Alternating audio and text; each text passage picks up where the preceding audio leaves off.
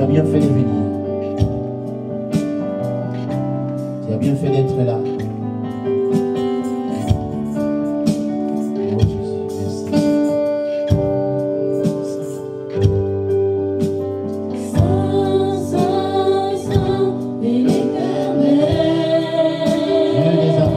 Dieu des armées,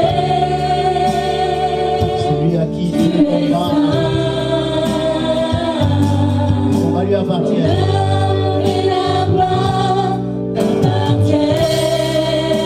victoire nous acquise à jamais, parce qu'il est puissant. Tu es saint, saint, saint, est l'Éternel. Tu es armé, tu es saint, tu es saint.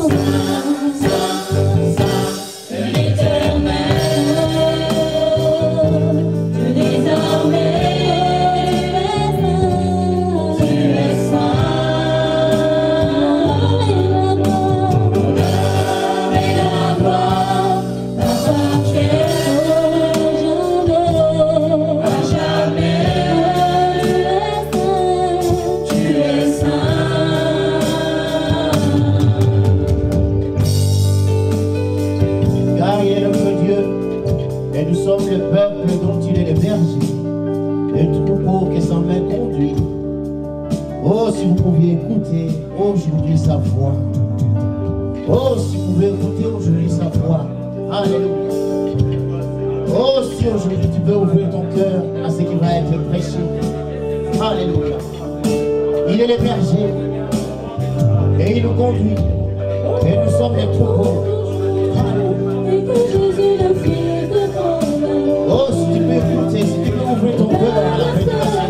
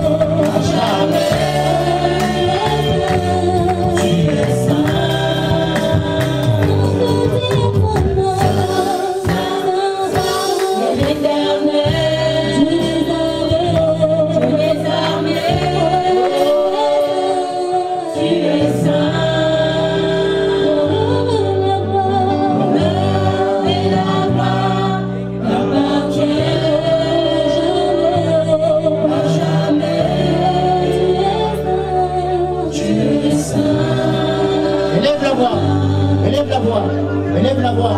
Dis simplement que tu veux l'entendre. Tu veux l'écouter. Tu veux qu'il se nourrisse. Élève la voix. Élève la voix. Alléluia. Dis-lui que tu t'es approché de lui. Que tu es à la croix. Jacques, chapitre 1er, verset 17. Lisons la parole du Seigneur. Toute grâce excellente et tout don parfait descendent d'en haut, du Père des Lumières, chez lequel il n'y a ni changement, ni ombre de variation. Amen. Amen. Père, merci pour ta parole qui est la vérité.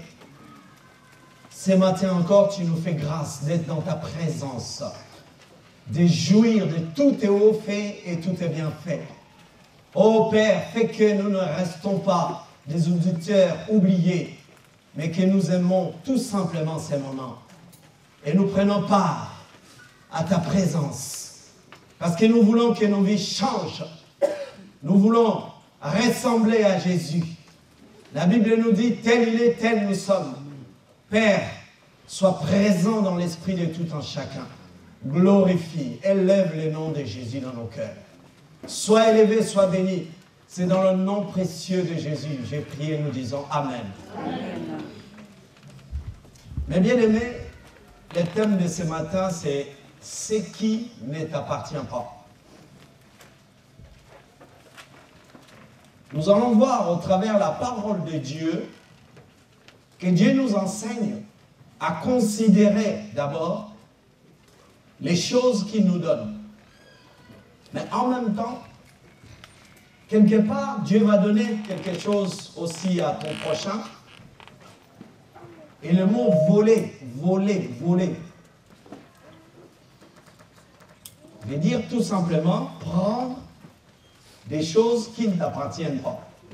Est-ce que vous comprenez ça? On aime bien faire un certain nombre de choses. Nous allons voir au travers la parole de Dieu que nous pouvons voler Dieu. Amen. Amen. Dis à ton frère et ta sœur, ne vole pas Dieu.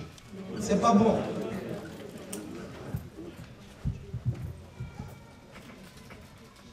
Est-ce que quelqu'un va être béni là ce matin? Amen. L'interdiction de voler est généralement acceptée par tout le monde dans la société où nous vivons. Mais seule, écoutez bien, seule la révélation biblique explique pourquoi il est faux de voler ce qui appartient à autrui. La Bible condamne cela, littéralement. Quand on vole Dieu, quand on vole son prochain, la Bible dit littéralement que c'est un péché. Mais dans le monde aujourd'hui, le monde que nous vivons aujourd'hui, vous savez que la plupart, bon, certains d'entre nous, moi le premier, on a fait un certain nombre de choses. Voler, c'était devenu aussi une coutume, une habitude. Mais quelque part, devant Dieu, c'est péché. Et c'est ça. Il y a des gens qui disent, il y a des gens qui volent d'autres personnes, ainsi de suite, et ça devient quelque chose de normal. Et dans notre conscience, on sait que, en termes, dans cette société, la société interdit ces choses-là, mais on le fait quand même.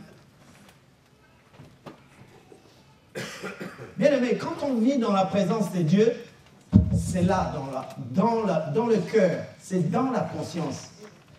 Vous savez, le psalmiste David, il disait, « Seigneur, tu veux que la vérité soit où? Au fond du cœur. » Dis à ton frère et ta sœur, la vérité au fond du cœur. Ben oui, s'il n'y a pas une prise de conscience, les chrétiens, ce n'est pas juste une étiquette. Hein. Amen, hein? Amen. Vous allez voir, si vous sortez dehors, en termes de dénomination, si tu demandes, puisqu'on est en France, on va parler comme ça, si tu demandes à un Français, est-ce que c'est quoi ta religion? Direct, il va te dire, je suis catholique. Moi, je suis chrétien. Mais oui, mais ce n'est pas le fait de te positionner par rapport à une dénomination, mais c'est le fait de vivre, d'être ce que Jésus veut que tu sois. Ça, c'est très important. Amen. Hein? Et les chrétiens portent le nom de quelqu'un d'autre. Moi, je porte le nom de Jésus. C'est pour ça qu'on m'appelle chrétien. Tu n'es pas chrétien parce que tu veux être chrétien. Tu es chrétien parce que Jésus veut que tu sois chrétien. La Bible dit qu'à tous ceux qui l'ont reçu et à ceux qui ont cru en son nom, il, Jésus, l'air a donné des mèches, je ne sais pas si tu es fait belle, jolie, tout. Dieu s'en fout de ça. Tout ce que Dieu veut, c'est que chacun de nous considère l'œuvre accomplie sur la croix du calvaire. Jésus est mort pour moi, il a pris ma place, il s'est substitué à ma place. Alors, si je accepte les sacrifices de Dieu, l'offrande de Dieu pour ma vie, pour toi, pour tout le monde, alors sur cette base-là, Dieu me dit, Jésus me dit, je te donne le pouvoir de devenir enfant de Dieu. C'est ça. Je ne suis pas enfant de Dieu parce que moi je veux. C'est un choix aussi. Alors, Jacques nous dit, au verset 17, toute grâce, le mot grâce ici parle d'un don. Dieu va accorder un objet ou quelque chose, une grâce bien particulière que je reçois. Chacun de nous, c'est légitime. C'est-à-dire que tout don, toute grâce excellente, tout don excellent vient d'en haut, vient de Dieu. Est-ce que quelqu'un, ce matin, qui est chrétien, croit que tout ce que Dieu fait en lui, ça vient de Dieu? Amen. Tout ce qui se passe, que ce soit la respiration, j'ai trouvé du travail, ainsi de suite, tout ça. Oui, c'est une grâce de Dieu. David, le premier, a réalisé cela dans le psaume 103. Si vous lisez vos Bibles, David il dit, mon âme bénit l'Éternel. Il parlait de son âme, il dit, mon âme loue l'Éternel. Et n'oublie aucun de ses... Oh, my God. C'est ça la vérité. La vérité, c'est que je vis dans la présence de Dieu. Je dois réaliser que tout ce qui est en moi puisse glorifier Dieu. Ça vient de Dieu et je dois glorifier le Seigneur. Parce que si tu es là, tu dis oui, je vis, tout ça, je respire. Si tu ne réalises pas que ça vient de Dieu, la vie chrétienne, en termes de relations, tout ça, je ne sais pas si tu as capté quelque chose. Tu aurais pu devenir clochard. Tu aurais pu, je ne sais pas, comme la dernière fois, on avait parlé de Stéphane Lungu, un bandit, un malfrat, tout ce que vous voulez. Moi, je serais devenu peut-être, je ne sais pas, dans le monde, quand nous fûmes dans le monde, c'était, voilà, derrière Papa Wemba, Kofi Olomide, tout et tout, le roi de la sape. Est-ce que vous comprenez cela? Mais aux yeux de Dieu, ça ne veut rien dire. Mais rien. Il y en a même qui ont été élevés encore et encore, au travers des musiciens, on a chanté certaines femmes, certains hommes, tout et tout. Quand j'étais plus jeune, il y avait une chanson de, je pense, je ne sais pas si je me rappelle plus cet orchestre-là, mais c'est vieux. Ngalula Nipene Amilani. Donc Ngalula, c'est une femme, des belles jambes, et ainsi de suite, tout ça. Mais nous, on se régalait dans des cantiques, des chansons comme ça. Est-ce que mon âme aujourd'hui peut prendre plaisir à écouter des chansons comme ça? Mais bien aimé, si tu es là, sois délivré au nom de Jésus. Amen. La Bible dit que l'homme ne vivra pas seulement de pain, mais de toute parole qui sort de la bouche de l'Éternel. Mon âme a besoin de la parole de Dieu, de la nourriture spirituelle. Ça ne veut pas dire qu'il ne faut pas que je mange, j'ai déjà expliqué cela. Mais l'homme intérieur qui est en Christ, il se nourrit que de la parole de Dieu. Voilà pourquoi tu as bien fait d'être là ce matin. Pourquoi? Parce que le fait d'écouter la parole de Dieu, tu grandis. Il y a des gens qui ne grandissent pas. Hein? Ah oui? Ils ont 20 ans de conversion, 30 ans, voire même 4, 100 ans de conversion. Mais toujours bébé spirituel. Ou alors c'est comme un peu l'image de l'Afrique avec des ventres qui partent de l'autre parce qu'il y a le malnutrition, ainsi de suite, tout ça. Peut-être que tu manges mal. Dis à ton frère, ta soeur, je ne grandis pas, peut-être que je mange très mal.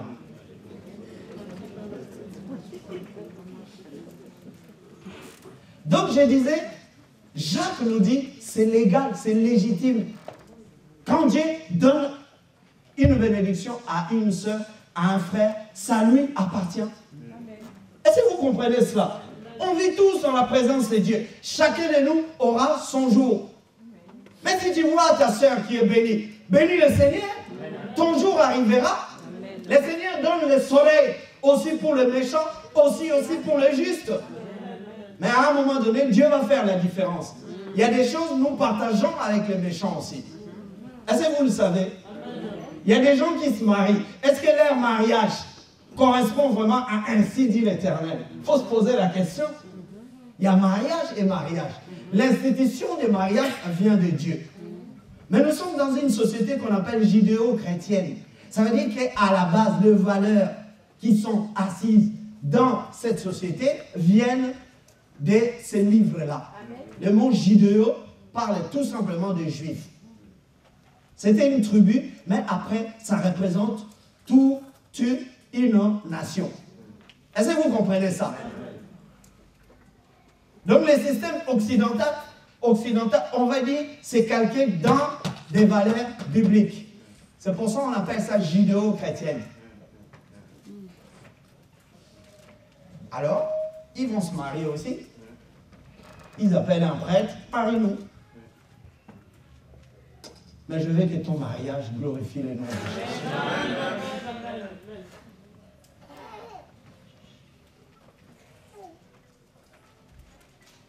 Mais nous allons voir dans la Bible, mes amis,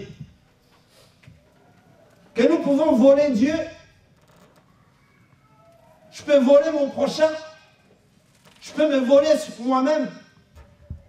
Et Dieu nous l'interdit. Dieu dit que c'est un péché.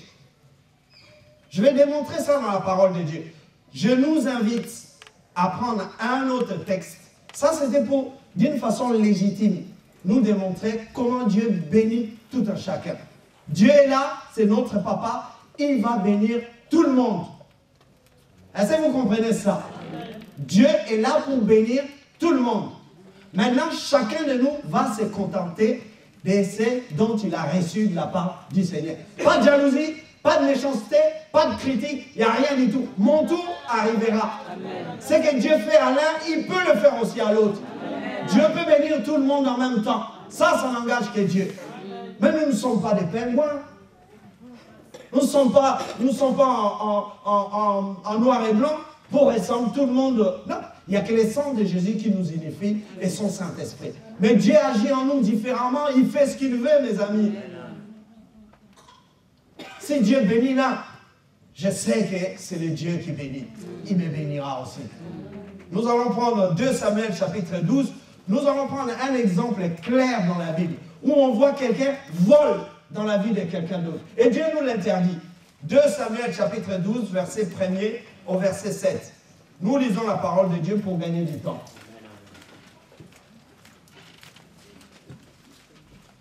Deux Samuel chapitre 12, verset 1er à 7. Nous lisons la parole du Seigneur. L'Éternel envoya Nathan vers David.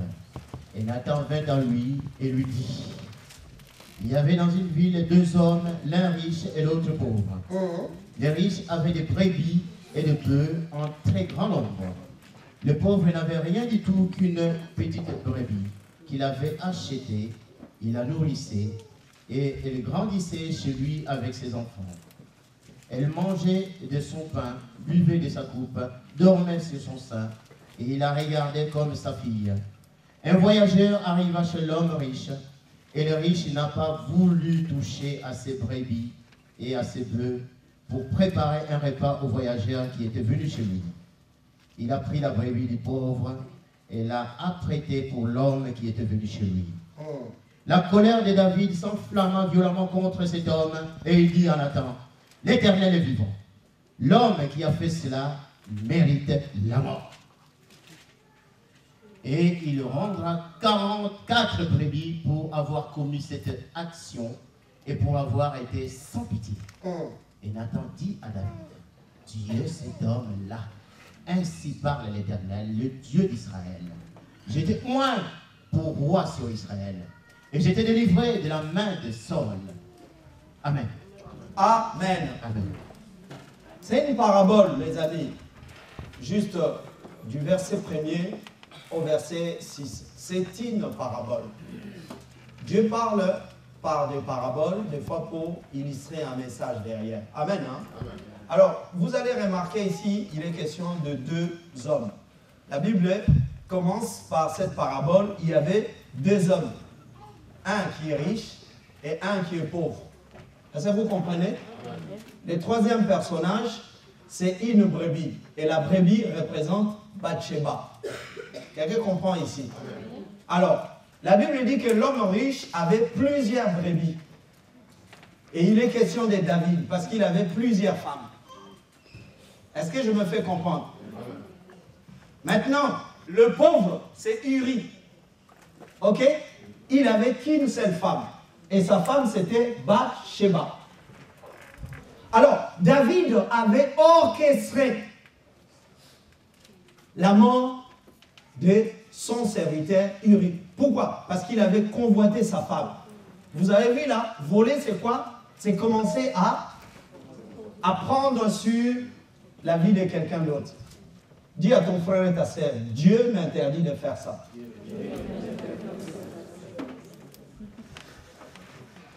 Oui, il est roi, il a plusieurs femmes, il a plusieurs brebis, mais il regarde la brebis de son serviteur, qui est pauvre, qui n'en a qu'une seule. C'est grave. Dans la vie courante, c'est normal. Un homme marié va se promener, il voit d'autres femmes, lui il dit, ah, tu as vu, je suis un beau gosse, gentleman, je plais, donc pour moi c'est une aubaine. Non, si tu es marié, tu es chrétien, tu n'as pas le droit. Est-ce que quelqu'un comprend le message ici? Les mariés, ils sont où là? Les hommes. Tu as choisi madame. La Bible dit dans Matthieu chapitre 19, l'homme quittera son père, s'attachera littéralement à sa femme. Les deux deviendront une seule chair. Quand il va au dehors de ton mariage, vous ne faites plus une seule chair, mais ça fait plusieurs chairs spirituellement aux yeux de Dieu. Mais tu es en train en même temps de détruire ton foyer. Tu es en train d'amener la malédiction aussi dans ton foyer. Et les jours qu'il y a des problèmes, oui Dieu, mais pourquoi tu m'as fait ça? Je suis marié, j'étais à l'église, je fais ceci, cela. Mais oui, mais tu as volé un jour.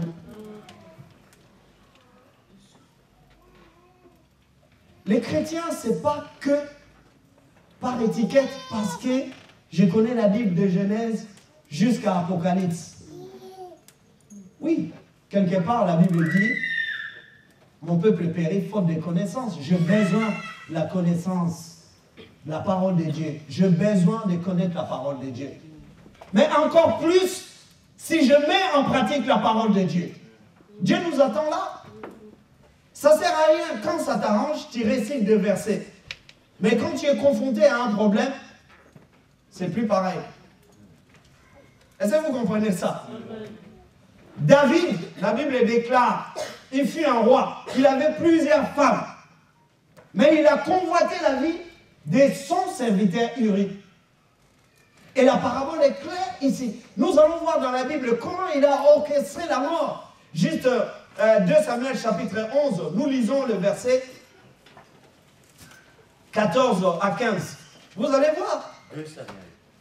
2 Samuel chapitre 11, juste à côté. Amen. Verset 12 à 14. 11 à 14. Non, 14 à 15. 14 à 15. Nous lisons la parole du Seigneur.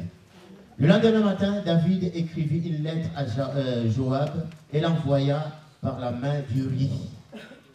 Il écrivit dans cette lettre, placez Uri au plus fort du combat et retirez-vous de lui afin qu'il soit frappé et qu'il meure. Et qu'il meure. Un roi qui a déjà plusieurs brebis, qui a tout, littéralement. Dieu lui a tout donné. Je ne veux pas rentrer en détail, mes amis. Je vais juste te démontrer ici, au travers de cette illustration, que Dieu interdit littéralement le vol.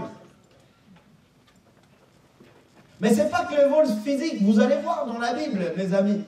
Nous pouvons voler Dieu. Le fait d'aller prendre ce qui ne t'appartient pas, c'est un vol. Et c'est condamné dans la Bible. David avait tout ce qu'il avait, qui lui a été donné par l'Éternel. Vous savez, l'histoire de David, c'est quoi? Étant jeune, il paissait les troupeaux de son père Isaïe. Quelque part, il n'est pas riche. Dieu l'a vu, l'a regardé, Dieu a aimé David. Dieu l'a choisi et Dieu a commencé à propulser sa vie. C'est ça, mes amis. Dieu lui a tout donné. Il dit, David, tu deviendras roi. Alors qu'il paissait les troupeaux de son père. Un travail dur. Il était berger tout le temps. Un berger, il ne peut pas être propre, il est sale. Il fait bouter les brebis, ainsi de suite, tout ça. C'est ce qu'était David. Mais petit à petit, Dieu l'a pris dans ses mains. Il dit, David, je ferai de toi un roi grand. Et la Bible dit même de Jésus qu'il est le rejeton de David. Dans la lignée de David. David, c'était quelqu'un qui a été béni de Dieu. Il l'a élevé. Il lui a donné tout. Tu veux quoi? Des femmes? Prends des femmes. Tu veux quoi? De l'argent? Prends de l'argent. Tu veux quoi? Il lui a tout donné. Mes amis, chronologiquement, quand on lit le livre de Samuel, quelque part, on ne se rend pas compte qu'étant chrétien, à un moment donné, on peut s'asseoir sur une fausse, comment dirais-je, piété, je vais dire. Non, on va dire, on s'assoit dans l'impiété. C'est-à-dire le fait de ne pas aimer Dieu, on trouve ça normal. David, vous avez vu qu'il a orchestré la mort d'Uri. Quand il l'a fait tuer, ce n'était pas aussitôt que Dieu est intervenu. D'ailleurs, vous remarquerez une chose. Quand vous êtes très intelligent, David avait écrit une lettre à Joab, il l'envoya. Alléluia. Mais regardez le parallélisme. C'est-à-dire qu'au chapitre 12 de 2 Samuel, Dieu a envoyé aussi un prophète pour lui parler. C'est intéressant. Ce que tu fais aux autres, Dieu te le rendra. Amen. Vous savez que Jacob, quand il fut jeune, il avait escroqué son père. Vous savez de quelle manière? Il a revêtu la peau, tout et tout. Il s'est fait un peu une torse poilue. Parce que son frère, Ésaü, était poilu. Alors il vient. Oui, papa, c'est moi. C'est moi, Ésaü. Tu aimes bien les gibiers, hein? Je vais t'en donner. Je viens de tuer un gibier. Parce que Ésaü, son frère, c'était un robuste, c'était un guerrier, un chasseur, tout. Donc son père l'aimait beaucoup. Amen. Parce qu'il mangeait bien. Amen. On peut aimer quelqu'un parce qu'il nous fait manger bien. Et c'est pas mauvais, hein? Et quand tu es une femme, il faut assurer aussi pour ton mari. Ça va ajouter en plus. Oh! Alléluia! Il faut s'occuper de son mari. En retour aussi, le mari, tu dois aimer ta femme. Comme Christ a aimé l'Église. Comme ça, on est quitte. D'accord? C'est moi, Jacob. Donc, il va prendre comment dirais-je, le buste de son frère en toque. Il va le revêtir pour dire, c'est moi, Ésaü. Alors que lui, c'est Jacob. Donc, ça parle d'un voile qu'il a mis devant sa poitrine pour tromper son père. Mais la suite de l'histoire, écoutez bien, peuple de Dieu, parce que je veux que tu sois béni. La suite de l'histoire nous dit que quand il a volé le droit d'aînesse de son frère, et que son frère Ésaü s'en est aperçu, il l'a poursuivi. Et lui, qu'est-ce qu'il a fait? Il s'est taillé. Il est parti vers son oncle qui s'appelle Laban. Alors lui, c'est l'as de la tromperie. L'usurpateur, mais au top à 100%.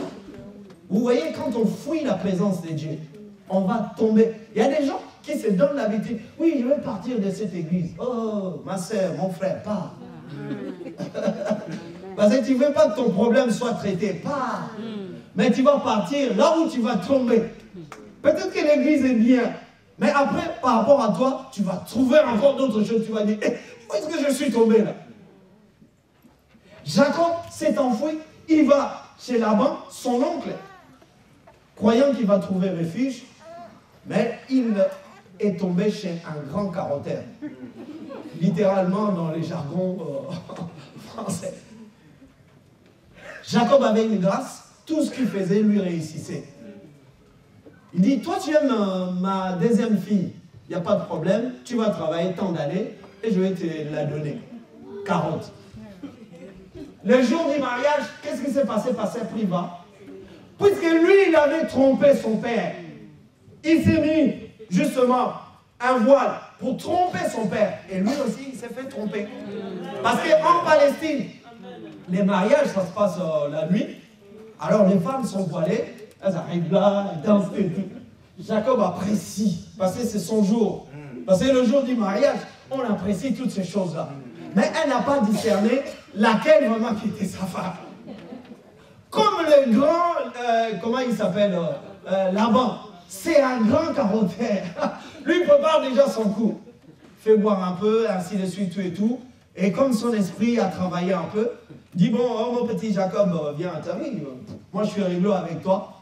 Non, on avait fait un deal. Ça, c'est ta femme. C'est merveilleux ça. On peut se dire, mais comment ça s'est passé? Comment ça s'est fait qu'il s'est fait rouler? Ben oui, mais je vous ai expliqué, ça se passe dans la nuit.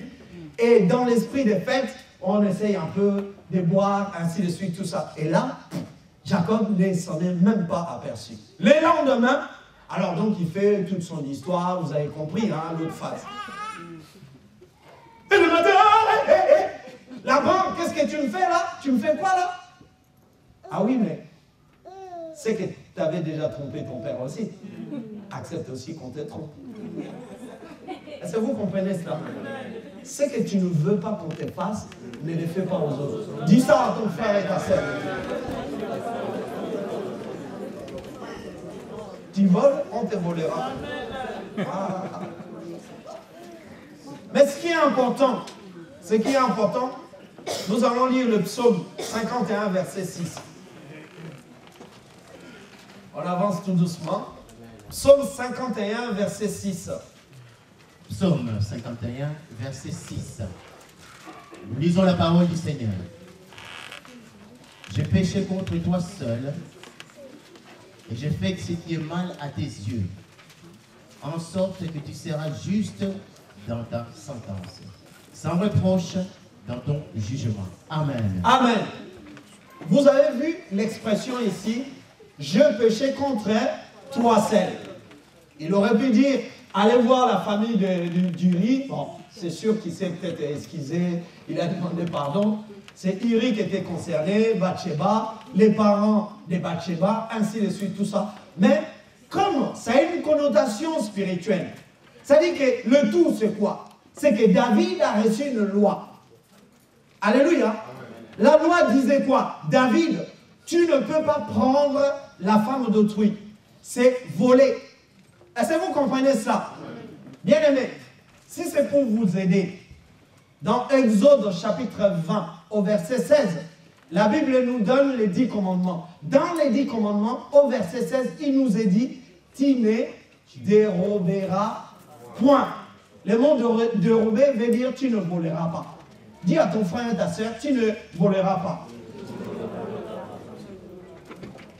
Alors, comme le vol, c'est un péché, David l'a confirmé ici dans le psaume 51 au verset 6, il dit à Dieu, j'ai péché contre toi seul. Péché parce qu'il a ôté la vie à Uri, il a orchestré les mensonges, mais péché aussi parce qu'il a négligé, c'est-à-dire qu'il a insulté la sainteté de Dieu. Est-ce que vous comprenez cela? Il a offensé Dieu. Si je ne prends pas conscience en faisant un certain nombre de choses, je suis en train d'insulter Dieu. Ma conscience d'être chrétien ou chrétienne, elle est où? Parce que le Seigneur nous dit, quand nous sommes sauvés, son sang nous a lavé de notre conscience pour que nous puissions les servir. Quelqu'un qui sert Dieu sans avoir acquis justement cette conscience pure, en réalisant que si je pose tel ou tel acte, c'est mauvais devant Dieu, c'est grave. C'est comme un païen. Il va voler dans les grandes surfaces, il va frauder dans le bus, il va faire un certain nombre de choses. Il trouve ça normal, mais pas les chrétiens, pas les frères et sœurs en Christ que tu es, mon frère. Est-ce que tu voles toujours? Est-ce que tu voles toujours dans les grandes surfaces? Est-ce que tu fraudes toujours dans les trains? Il y en a qui ont des tonnes, des piles comme ça, là. Des contraventions. Mon frère, ça change. Après, tu vas accuser Dieu. J'avais eu la grâce d'aider quelques personnes qui viennent pour, par exemple, parce qu'ils ont besoin d'une adresse. Et la personne se présente, oui, je suis frère. Moi, je ne veux pas mettre ça en question. Tu es frère, parce qu'on est dans le Seigneur. Après, je commence à recevoir des piles de contraventions. Il y a un problème là, mes amis. Oui, il faut changer. Changez vos vies. La Bible dit qu'il faut respecter les autorités. Ce n'est pas moi qui le dis, on vit dans une société, mais cette société est régie aussi des lois. Les premiers qui doivent obéir à des lois dans la société, c'est le chrétien. Je suis désolé, c'est écrit dans vos Bibles. Si je ne le fais pas, je vole aussi. Ben oui, mais David a dit au moins une chose. Il dit, j'ai péché contre toi seul. J'ai offensé ta sainteté. Bien aimé, tu fais des choses, pour toi ça ne te dit rien. L'homme animal ne réalise pas ce qui se passe en lui. Mais nous sommes spirituels, mes amis. Prenons conscience, si nous voulons que nos vies changent, commence déjà à changer dans ton cœur. Prends déjà conscience que les choses spirituelles, c'est très important parce que directement, c'est Dieu qui est visé. Et si je ne le fais pas, quelque part, ça sert à quoi que je dise que je suis chrétien? Dieu a envie que tu changes, mon frère.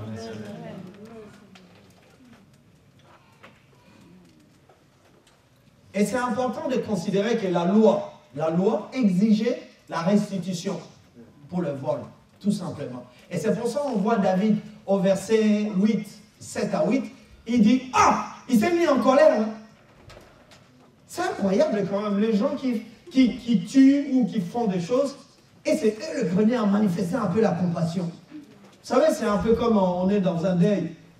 Vous savez qu'il y a le sorcier qui a tué spirituellement parce qu'il n'y a pas de preuve. Comment qu'il plaît? Mon mari, si tu pars, je partirai avec toi. Kadiam Pemba.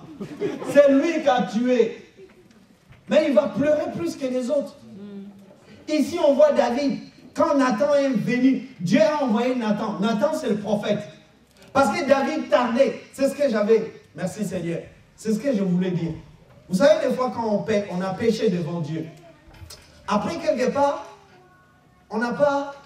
Dieu ne nous a pas châtiés pour ces péchés-là. On se dit, oh, c'est tranquille, c'est simple ça. J'ai dit seulement, pardon Seigneur, vite fait, et puis le Seigneur m'a rien fait. Et du coup, on prend plaisir à faire le même péché. Ça vous est jamais arrivé? Et on prend plaisir à faire... Faites attention parce que l'œil de Dieu va très loin. Et quand ça frappe, c'est fort, c'est dur. Ça fait mal. Alléluia. Amen. David ne s'est pas repenti tout de suite, chronologiquement, parce qu'on ne voit pas le temps. Il a mis peut-être plus de temps que ça. Et Dieu attendait son fils. Comme la parabole de l'enfant produit, où Dieu attendait, le père attendait toujours le fils qui était perdu. David ne se repentait pas. Mais David, aux yeux de sa société, puisqu'il était roi, et en plus il avait reçu les sacres, si vous voulez, s'il vous plaît, d'être roi, donc il a une onction, et en raison de plus, il est prophète, donc il a l'esprit de Dieu. C'est pour ça que vous voyez dans le psaume 51, il dit, oh Dieu, ne retire pas ton esprit. L'esprit de Dieu venait dans sa vie, dans son cœur. Est-ce que vous comprenez ça? Mais David, normal, tranquille, il a fait tuer quelqu'un. Mais il continue à vivre sa vie normale. C'est-à-dire dans l'assemblée de Dieu. Et quand on va parler des grands chrétiens, si on peut s'exprimer comme ça, David faisait partie aussi. Il avait tué quelqu'un. Et Dieu l'attendait. Là où Dieu l'attendait, c'était juste la repentance.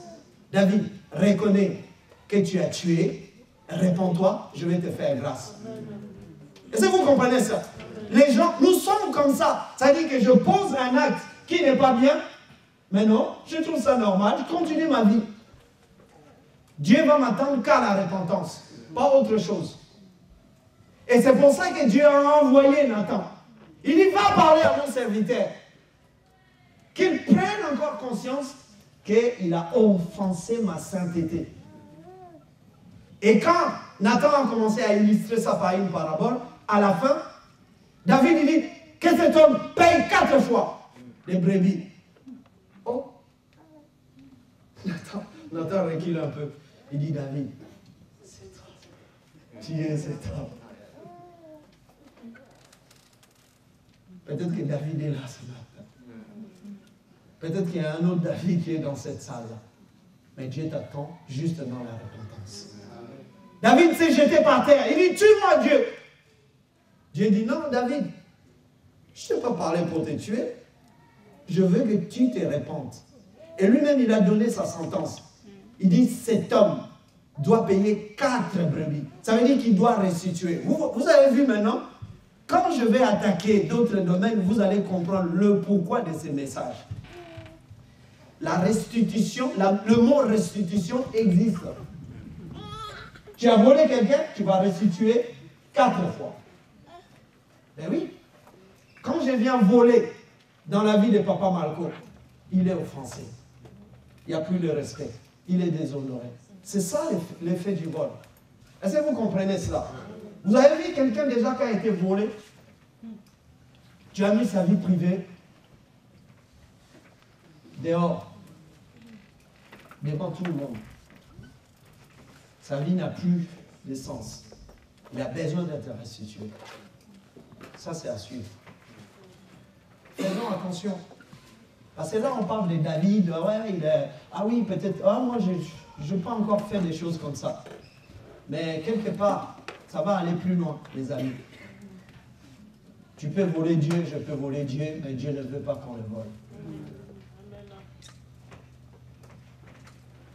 Alors, premier point, on peut voler Dieu.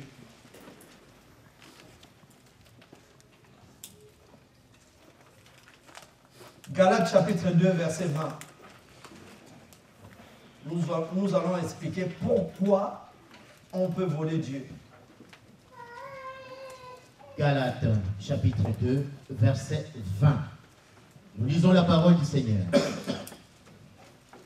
Amen. Hein? J'ai été crucifié avec Christ. Et si je vis, ce n'est plus moi qui vis, c'est Christ qui vit en moi. Si je vis maintenant dans la chair, je vis dans la foi au Fils de Dieu qui m'a aimé et il s'est livré lui-même pour moi. Amen. Ah, je n'ai pas entendu d'amen. Alors, pourquoi Dieu va me demander de ne pas voler ou de ne pas le voler? Galates, chapitre 2, verset 20, concerne les croyants, les chrétiens, nés de nouveau. Dans vos Bibles, dans notre Bible, il est écrit qu'une fois que je suis converti, je suis né de nouveau. Ça veut dire que les vieils hommes, c'est le moi, c'est moi. Dans ma personne, je suis mort et ressuscité en Christ. Et quand je suis ressuscité, c'est l'Esprit de Dieu qui vient siéger dans mon esprit, qui me fait vivre la vie de Dieu. Autrement, c'est impossible de vivre la vie de Dieu. Dans l'Ancien Testament, l'Esprit ne vivait pas dans la vie du croyant. L'Esprit était à l'extérieur, il venait, il agissait et il répartait. Est-ce que quelqu'un comprend? Mais la Bible déclare, dans les derniers jours, Joël chapitre 2, verset 28, « Je répandrai de mon esprit sur toute chair. » Les vieillards, les jeunes, tout le monde va avoir la grâce de Dieu. Des visions, des prophéties, toute la grâce de Dieu va se manifester. Pourquoi? Parce que l'Esprit vient vivre dans notre cœur. Et nous devenons ainsi les temples du Saint-Esprit. Est-ce que vous comprenez cela? Et c'est à partir de là que la vie chrétienne est possible. Parce que nous sommes propulsés par l'Esprit de Dieu. Et donc, puisque j'ai l'Esprit de Dieu, alors c'est possible de plaire à Dieu. Nous sommes plus sous la loi, nous sommes sous la grâce. Est-ce que vous comprenez ça? Mais Paul dit quelque chose ici. Paul dit, si je vis, ce n'est plus moi qui vis, c'est Christ qui vit en moi.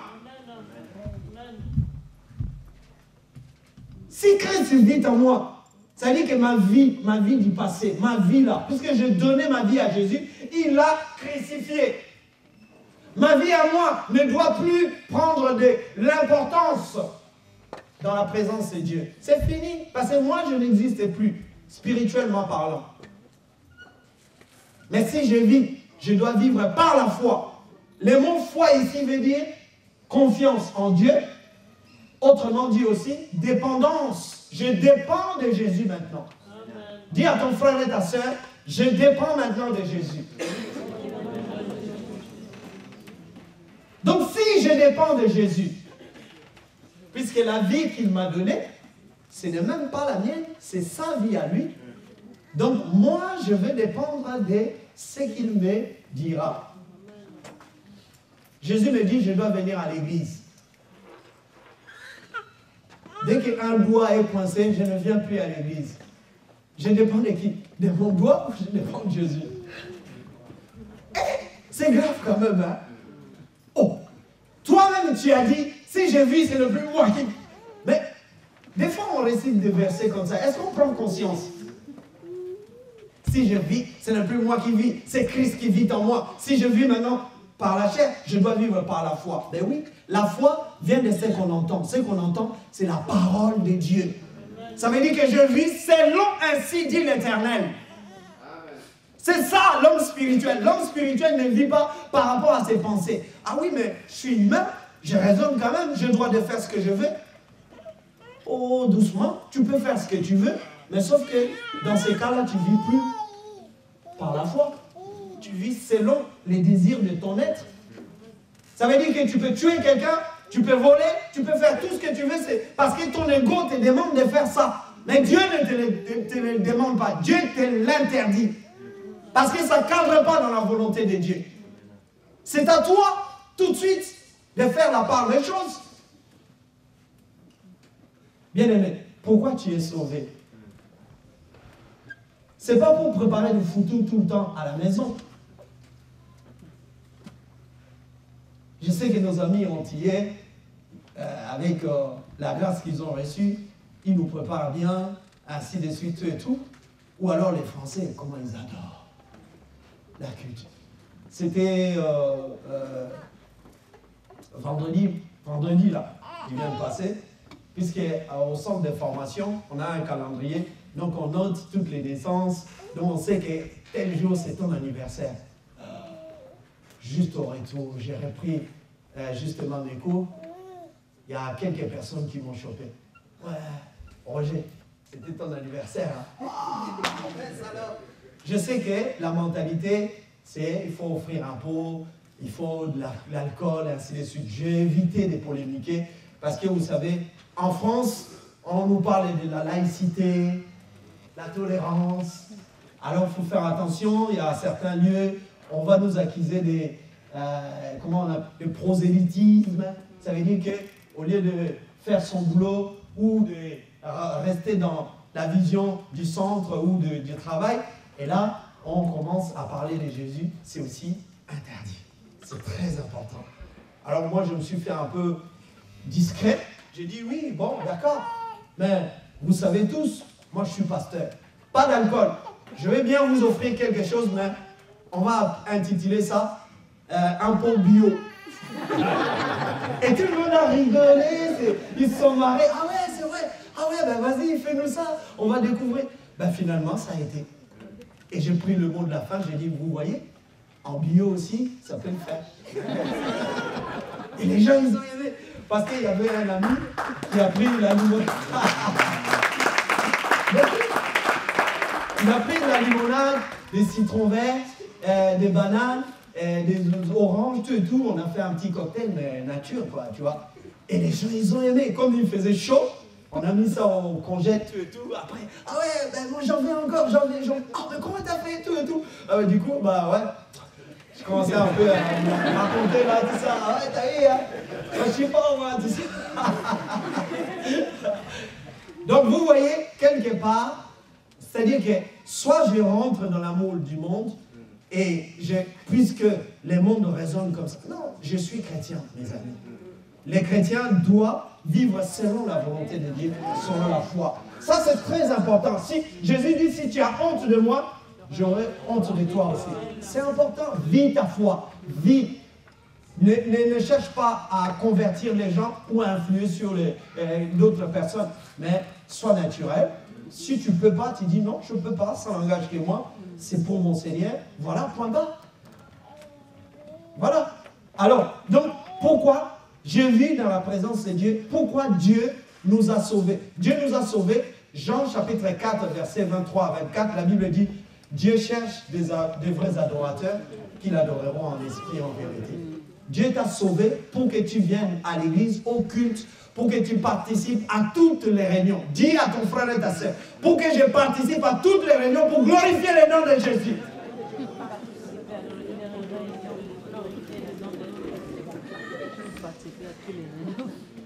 Ah oui, les chrétiens, vous savez que les chrétiens d'aujourd'hui est taillé, hein, attention. Hein.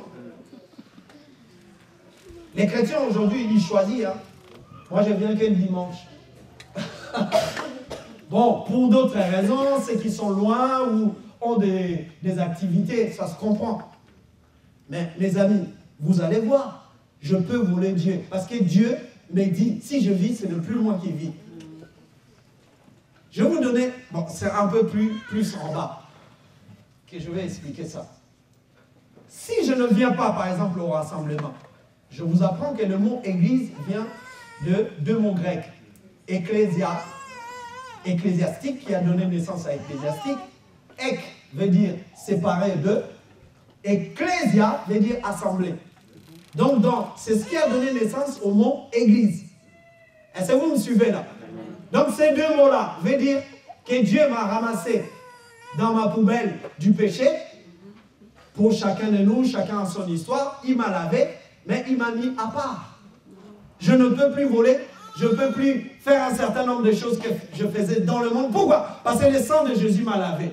Le sang de Jésus m'a nettoyé. Jésus m'a rêvé d'une robe blanche pour paraître sans tache devant la présence de Dieu et que je sois accepté. Je peux rentrer dans le propitiatoire, dans la présence de Dieu et louer Dieu. Est-ce que vous comprenez cela? Maintenant, je lui appartiens. Ce n'est pas à moi de diriger Dieu. C'est à Dieu de me diriger. Où vous avez vu dans vos Bibles qu'il faut diriger le Saint-Esprit? C'est le Saint-Esprit qui nous dirige. Le Saint-Esprit, la Bible dit, je m'en vais, je ne vous laisse pas orphelin, je vous enverrai le consolateur. Lui, il vous conduira dans toute la vérité. C'est lui qui nous conduira, pas l'inverse. Bien aimé, il y a encore des frères, des sœurs ici qui conduisent Dieu. Dieu, attends un peu, je vais discuter avec quelqu'un. Tu as 2 minutes là? Ouais, ben vas-y, 2 minutes. Tu discutes, après tu retournes encore voir Dieu. Non, ça ne marche pas comme ça. Il faut apprendre à te soumettre à Dieu, à dire Seigneur, pas ma volonté, mais ta volonté. Apprends-moi encore aujourd'hui. Qu'est-ce que je dois faire? Ah, je dois aller à gauche, je vais à gauche. Ça, tu dépends du Saint-Esprit. Autrement, tu voles Dieu. Dieu veut ta présence. Dieu veut que tu passes plus de temps dans sa présence.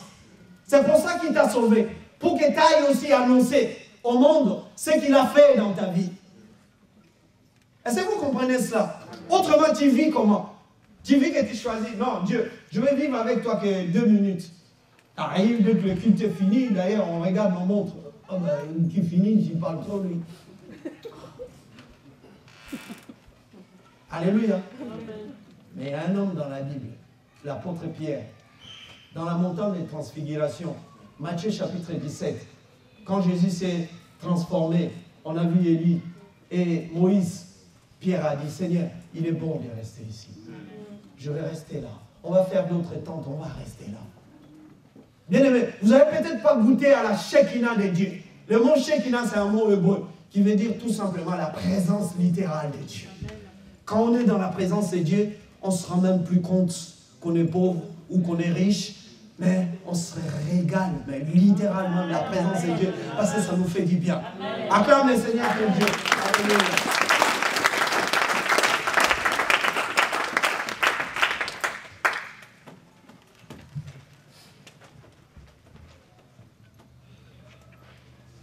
je peux voler Dieu. Ah là là. Malachie chapitre 3, 10.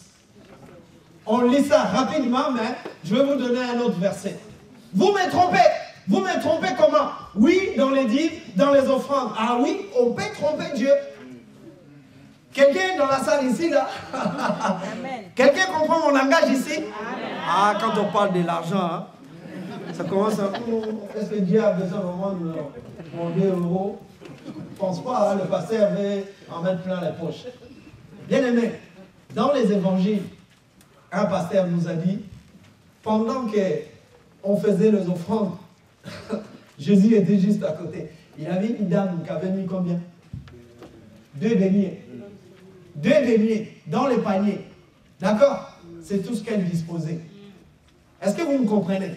Mais Jésus avait vu ces 2 deniers. L'église veut voir. Alléluia. 1 Corinthiens chapitre 16, verset 12. Je veux vite passer bientôt le temps. Et parce que j'ai un point, je vais développer rapidement. J'ai commencé à 11h au moins 7 minutes. Hein. Donc, je regarde. Faut pas me dire, ah, le pasteur nous voit, c'était à midi. Non, on est encore là. 1 Corinthiens chapitre 16, verset 2. Papa.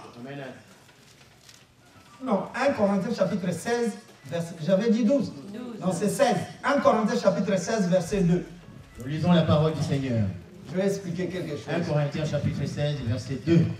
Que chacun de vous, le premier jour de la semaine, mette à part chez lui ce qu'il pourra, selon sa postérité, afin qu'on n'attende pas mon arrivée pour recueillir le don. Amen. Que chacun, la Bible dit toi, moi, tout le monde, que chacun, les premiers jours de la semaine. Alléluia. Les premiers jours de la semaine, c'était quand? Pour le juif, c'est les dimanches. Donc le premier jour, c'est dimanche. Après, on commence lundi. C'est pas lundi le premier jour. Alors donc, les chrétiens de ce temps-là, c'est rassemblés les dimanches. C'est pour ça qu'on a pris aussi cette habitude-là aussi, de faire ça les dimanches. Mais un culte, on peut le faire lundi, mardi, tout ce que vous voulez. À partir du moment où Christ vit en nous, on peut s'organiser autrement. Est-ce que vous comprenez? Mais la Bible dit que chacun donne selon sa prospérité. Alors, si tu aimes Dieu, si tu crois que Dieu t'a donné du boulot, si tu crois que Dieu t'a donné du travail, si tu crois que Dieu te donne l'argent, si tu crois que Dieu te donne ainsi de suite, participe à l'œuvre de Dieu. Pour que vous soyez bénis aussi, selon votre prospérité. Oui, mais on nous prend la tête avec la dîme.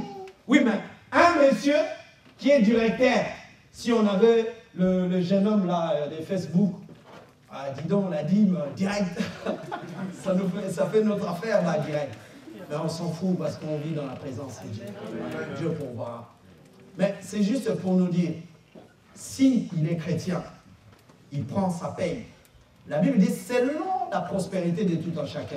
La femme qui a donné des deniers, c'est tout ce qu'elle disposait. Vous allez remarquer qu'elle est pauvre, mais Jésus n'a pas dit non, non, non, non.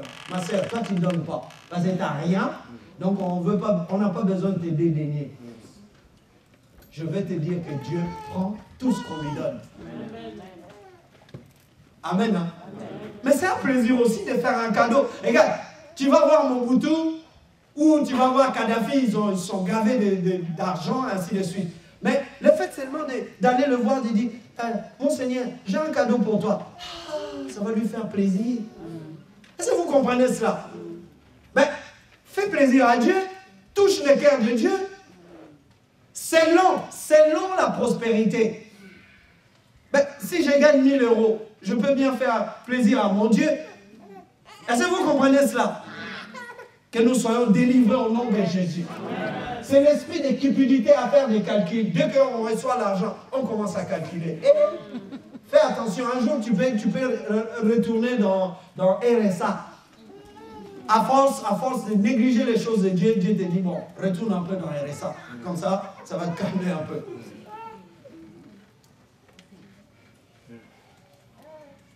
Mais il faut être léger avec Dieu. Dis à ton frère et ta sœur, sois léger avec Dieu. Amen.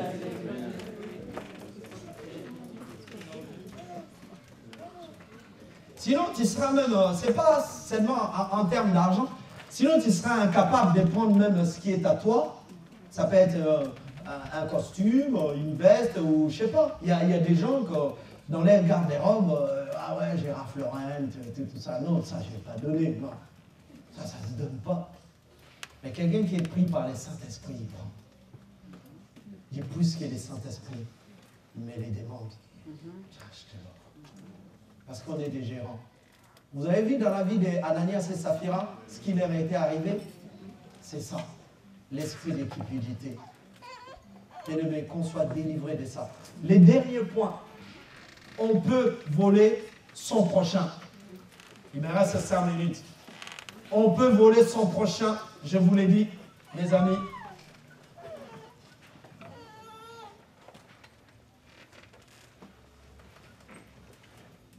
Je commencerai par le témoignage de notre bien-aimé pasteur François de Paris, qui était l'objet justement des railleries, des critiques, des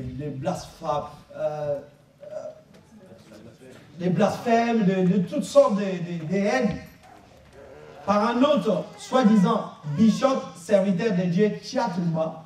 Vous avez vu ça dans Congo No. 1. Il passe devant la vidéo et puis il va comme ça là prendre la vie de quelqu'un d'autre. Mais bien aimé, là où c'est grave, c'est que quand on prend la vie d'une personne et qu'on va la mettre à nu et à découvert, là, ça va au-delà, c'est du vol. Ça veut dire que je suis en train de voler la réputation de quelqu'un d'autre et la mettre à nu. Est-ce que quelqu'un me suit ici? Bien aimé, je suis en train de te dire, toi, moi, ou quiconque qui a l'habitude de critiquer, pas forcément les pasteurs, mais chez toi à la maison, tu vas critiquer un frère ou une sœur. Devant Dieu, tu es en train de voler. Tu voles sa réputation. Est-ce que quelqu'un comprend? Et toi aussi qui écoutes, c'est que quelqu'un d'autre vient te rapporter. Tu es en train de participer au vol. J'entends pas d'amen.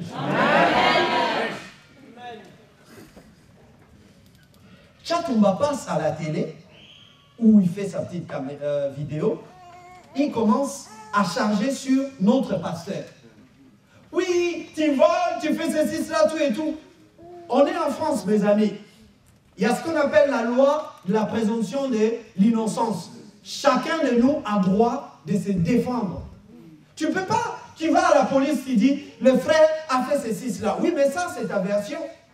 Maintenant, la police va écouter, mais la police va faire des enquêtes. Mais comment, nous, en tant qu'enfants de Dieu, on va écouter quelque chose à sens unique? Non, je suis désolé. Si on est enfant de Dieu, il faut qu'il y ait 2 personnes concernées. Toi, tu as parlé ça, je vais écouter aussi la version de l'autre. Est-ce que vous comprenez ça? Sinon, devant Dieu, on risque... Vous savez que on est influencé plus ou moins par ce qu'on entend. C'est-à-dire qu'il suffit seulement qu'un frère ou une sœur vienne.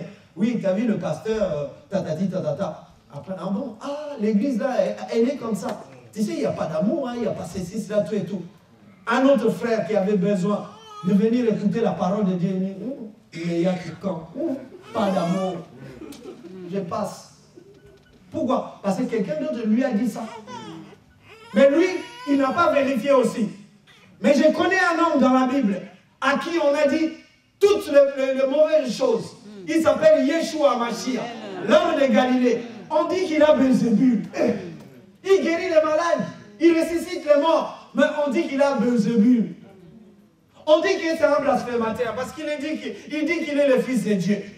Mais mes amis, écoutez la fin de l'histoire. La Bible dit, vaut mieux la fin d'une chose que son commencement.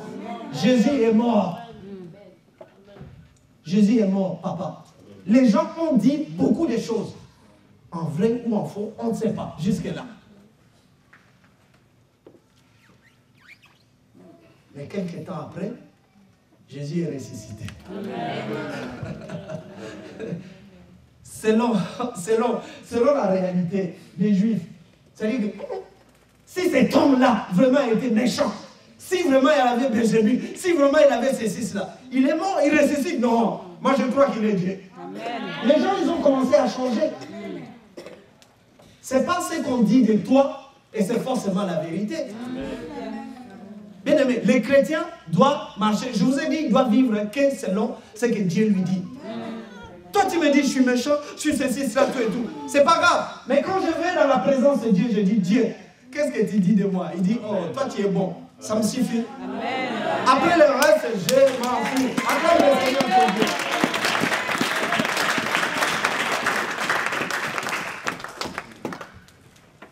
Tu peux voler. En critiquant ton frère, tu es en train de voler sa réputation, de voler sa vie privée. Tu l'apprends, tu commences à balancer ça à d'autres personnes. Tu lui dis ce qu'il n'est même pas. C'est condamnable. La Bible dit que c'est un péché, mes amis. Mais il n'y a que quand, réveillez-vous. Nous voulons être des femmes, des hommes spirituels, remplis de l'amour de Dieu. Et la Bible me dit, celui qui aime Dieu, s'il dit qu'il aime Dieu, et qu'il ne haït son prochain qui est juste à côté, il est menteur. Mais avec Dieu, Dieu va mollo. La Bible dit, il est lent à la colère, riche en bonté. Mais quand il prend la décision, c'est le lion de la tribu de Juda. Et quand il décide, c'est direct. Ne volons pas Dieu. Respectons. Et quand je ne vole pas Dieu, je prends conscience que la vie de ma soeur, de mon frère, est très importante. Je ne dois pas diffamer mon frère. Je dois respecter. Bien aimé, je donnerai un enseignement sur la calomnie. Vous allez voir. Il y a une sœur, quand on était à l'église, j'arrive, hein, j'ai conclu là. Quand on était à la gare, il y a une sœur qui venait me voir. Pasteur, hein? Mais pas dans l'église, mais juste au dehors. Oui, mais tu sais, à l'église, un tel a dit ça, un tel a dit ça. Un dimanche. Deuxième dimanche, pasteur, oui, c'est la même personne. Ah, elle n'arrête pas, c'est cela, tout et tout. Le Saint-Esprit me dit, dis-lui d'aller la confronter avec cette personne-là. J'ai dit, bon, ma sœur, c'est bien ce que tu me dis. Est-ce que tu veux que j'appelle la sœur? Et puis après, on va parler tous les trois. Il dit, oh, oh. Pasteur, bon bangaï, c'est-à-dire en lingala, c'est-à-dire, oh, protège-moi. Mais pasteur, oh, mais c'est à toi de me cacher. Moi je viens, je te dis des choses, au lieu de me cacher, et toi tu veux encore m'exposer. Oh, tu vois, les diables. Les diables, on ne verra pas les diables. Est-ce que quelqu'un a déjà vu les diables? Non? Les diables, ils ne viendront pas pour dire, c'est moi les diables. La Bible dit, ils se déguisent en ange de lumière. Est-ce que vous comprenez? Déguisé, ça veut dire qu'il n'est pas l'ange de lumière. Mais il va prendre l'apparence de l'ange de lumière. Il ne va pas...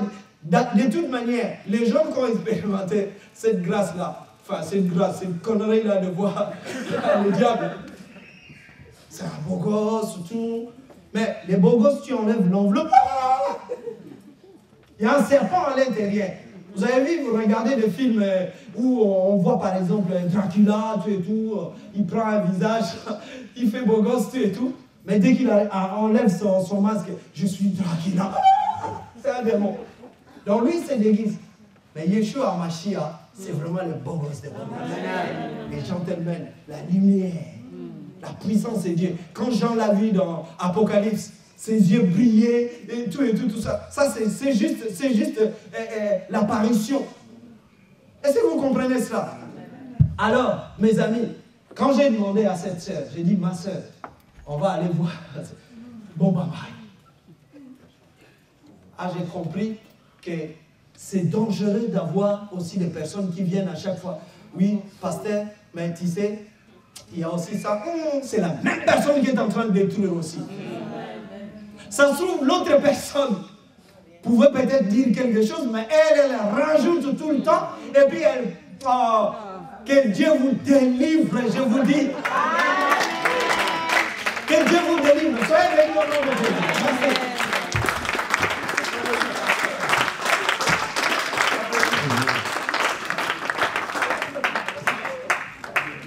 Amen. Alléluia. Mettons-le les bien aimés. Que le Seigneur nous délivre. On vole Dieu. On vole nos bien-aimés. On prend ce qui ne nous appartient pas. C'est très mauvais. Amen. Hein? Alléluia. Alléluia. Merci Seigneur.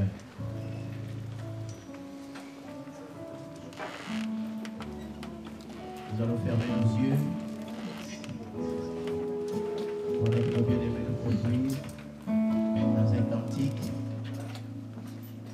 Nous allons simplement nous rappeler que Dieu, comme on l'a dit tout à l'heure, il est le bon berger et nous sommes son peuple. Et nous sommes le troupeau que lui veut diriger. Amen. Et ce matin, si chacun de nous peut simplement dire, oh Dieu, oh Papa, si je pouvais écouter ce qui vient d'être enseigné, si je pouvais garder ce qui vient d'être enseigné,